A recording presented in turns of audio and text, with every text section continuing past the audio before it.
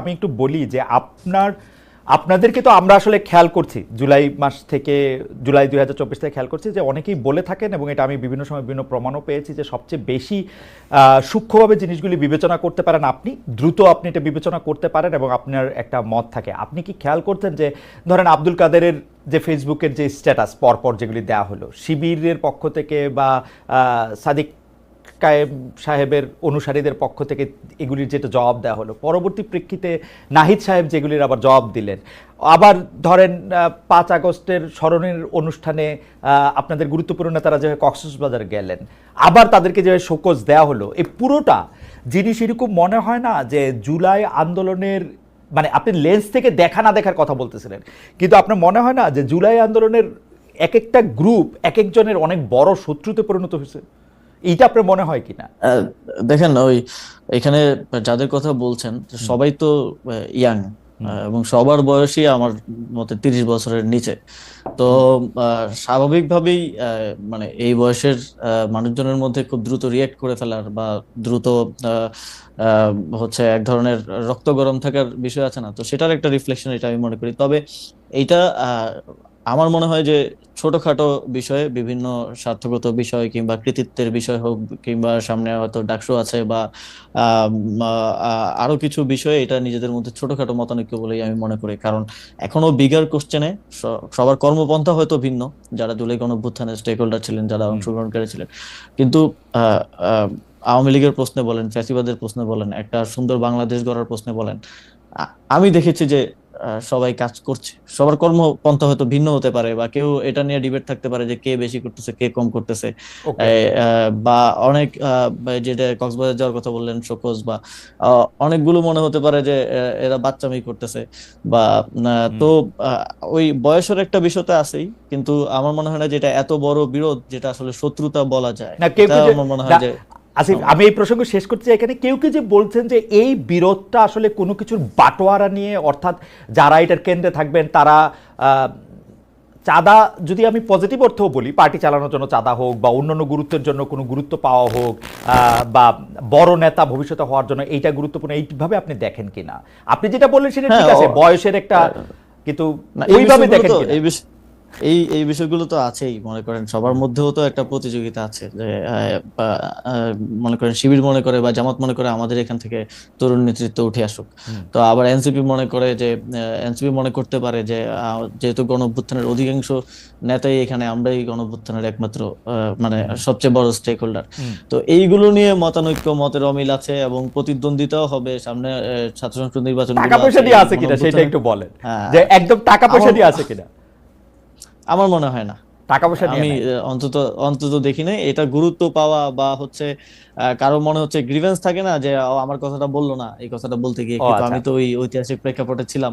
এই গ্রিভেন্স গুলো থেকেই বেশি এটা শুরুটাও হয়েছে, এবং এটা দিন দিন বাড়ছে। তবে আমি মনে করি যে এই বিষয়গুলোতে আরো বেশি, মানে যদি কমিউনিকেশন থাকে জুলাইয়ের বিভিন্ন পক্ষের মধ্যে, তাহলে আমার মনে হয় যে এই জিনিসগুলো জনসম্মুখে এরকম হাস্যকর পরিস্থিতিতে আসা থেকে আসলে ইয়া করা যায়, জনসম্মুখে হাস্যকর পরিস্থিতি। কিন্তু ঠিক আছে, আমি এই প্রসঙ্গ থেকে একটু অন্য প্রসঙ্গে যাই। অনেক সময় আপনার এবং জনাব মাহফুজ আলমের নিরপেক্ষতা নিয়ে প্রশ্ন ওঠে, কারণ আপনারা যেহেতু জুলাই আন্দোলনের সামনের দিককার মুখ, এবং আপনাদের বাকি বন্ধুরা যেহেতু বাকি সহযোদ্ধারা, আমি এভাবে যদি বলি, বাকি সহযোদ্ধারা যেহেতু এখন একটি রাজনৈতিক দল করেছেন, আপনারা সেখানে যাবেন কবে, কেন যাচ্ছেন না, আসলে যাবেন কিনা, সেগুলো নিয়ে নানা রকম প্রশ্ন ওঠে। আমি সেইখান থেকে আসলে সরাসরি এই প্রশ্ন করতে চাই যে আপনার, মানে মাহফুজ আলমের উত্তর তো মাহফুজ আলম, জনাব মাহফুজ আলমের সাথে দেখা হলে নিশ্চয়ই তিনি দিবেন, কিন্তু আপনার কাছে প্রশ্ন যে আপনি রাজনীতিতে কবে যাবেন, পদত্যাগ করবেন কিনা, সরকারে থাকবেন কিনা, সে ব্যাপারে সিদ্ধান্ত নিয়েছেন কিনা? অনেকেই বলে থাকেন যে আপনি হয়তো রাজনীতি করবেন, ভোটও করবেন, কিন্তু যতদিন পারা যাচ্ছে ততদিন আপনি আপনার সরকারি বাসভবনে বা সরকারি পদে থাকতে চান।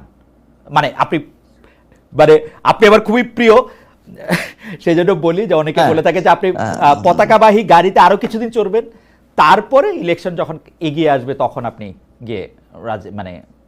দেখেন খালেদ ভাই, পতাকাবাহী গাড়ি বা এই বিষয়গুলো মানে এটা আমরা কখনো চাইও নাই, বা এটার প্রতি আমাদের ওইরকম কোনো মোহও নাই।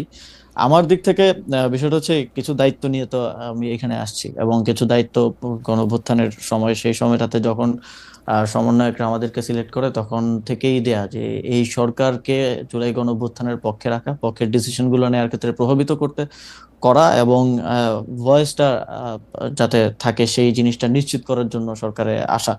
তারপরেও যদিও অনেক অন্যান্য মিনিস্ট্রির দায়িত্ব আসছে, ফর্মাল দায়িত্ব আসছে, তো সেই জায়গা থেকে আমি মনে করি যে এখনো আমাদের কিছু কাজ বাকি আছে। একটা বড় মাইলফলক হচ্ছে এই যে ঘোষণাপত্রটা আমরা ইয়ে করতে পারলাম, জুলাই ঘোষণাপত্রটা দেওয়া সম্ভব হলো। এখনো জুলাই সনদ বাকি আছে। জুলাই সনদের বাস্তবায়ন প্রক্রিয়া কি হবে এটা নিয়ে বিভিন্ন ধরনের মতানৈক্য। আমাদের যে ঐকমত্য কমিশনের 1 মাস মেয়াদ বৃদ্ধি করা হয়েছে। তারপরে সংস্কার কমিশন, যেই সংস্কারের, আমার লোকাল গভর্নমেন্টের সংস্কার কমিশন ছিল, যেই সংস্কারের রিপোর্ট গুলো দিয়েছে সেগুলোর একটা বাস্তবায়নের বিষয় আছে। এবং আমি মনে করি যে যেই দায়িত্ব নিয়ে এবং যাদের ম্যান্ডেট নিয়ে আমি এখানে এসেছি, সেই অনেকগুলো দায়িত্বই আমাদের পালন করা বাকি রয়ে গেছে। তো সেই জায়গা থেকে যতটুকু সম্ভব সেই দায়িত্বগুলো শেষ করতে চাই, কারণ এটা একটা ঐতিহাসিক দায় হিসেবেও থেকে যাবে যদি আমি সেটা শেষ করে যেতে না পারি আমার জায়গা থেকে। তো সেটার জন্য আমরা আমাদের জায়গা থেকে কাজ করছি। তবে আমি নিজেও ব্যক্তিগতভাবে এটা এটা মনে করি, এটা আমি আগেও বলেছি যখন বিভিন্ন সময় কথা উঠেছে, যে আহ, রাজনীতিতে সরাসরি জড়িত কারো সরকারে থাকা উচিত না, যদিও এরকম আহ, কয়েকজনই আছেন।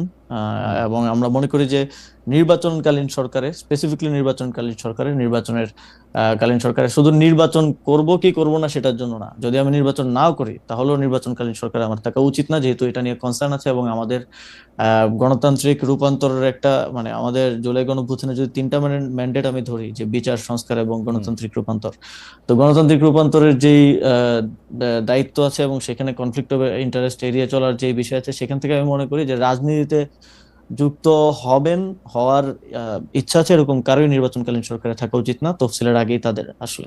এটা আমি, মাহফুজ আলম, আরো যদি কেউ থাকেন সরকারে, আরো যারা আছেন, সবারই নির্বাচনকালীন সরকারে থাকা উচিত না। কারণ আমাদের মাননীয় প্রধান উপদেষ্টা বারবারই বলছেন যে আমরা একটা বেস্ট ইলেকশন আসলে জাতিকে উপহার দিতে চাই। তো সেই জায়গায় কোনো কোশ্চেন এবং কনফ্লিক্ট অফ ইন্টারেস্টের জায়গা যাতে না থাকে, এটা নিশ্চিত করাটা আমি নিজের নিজের দায়িত্ব বলেও মনে করি।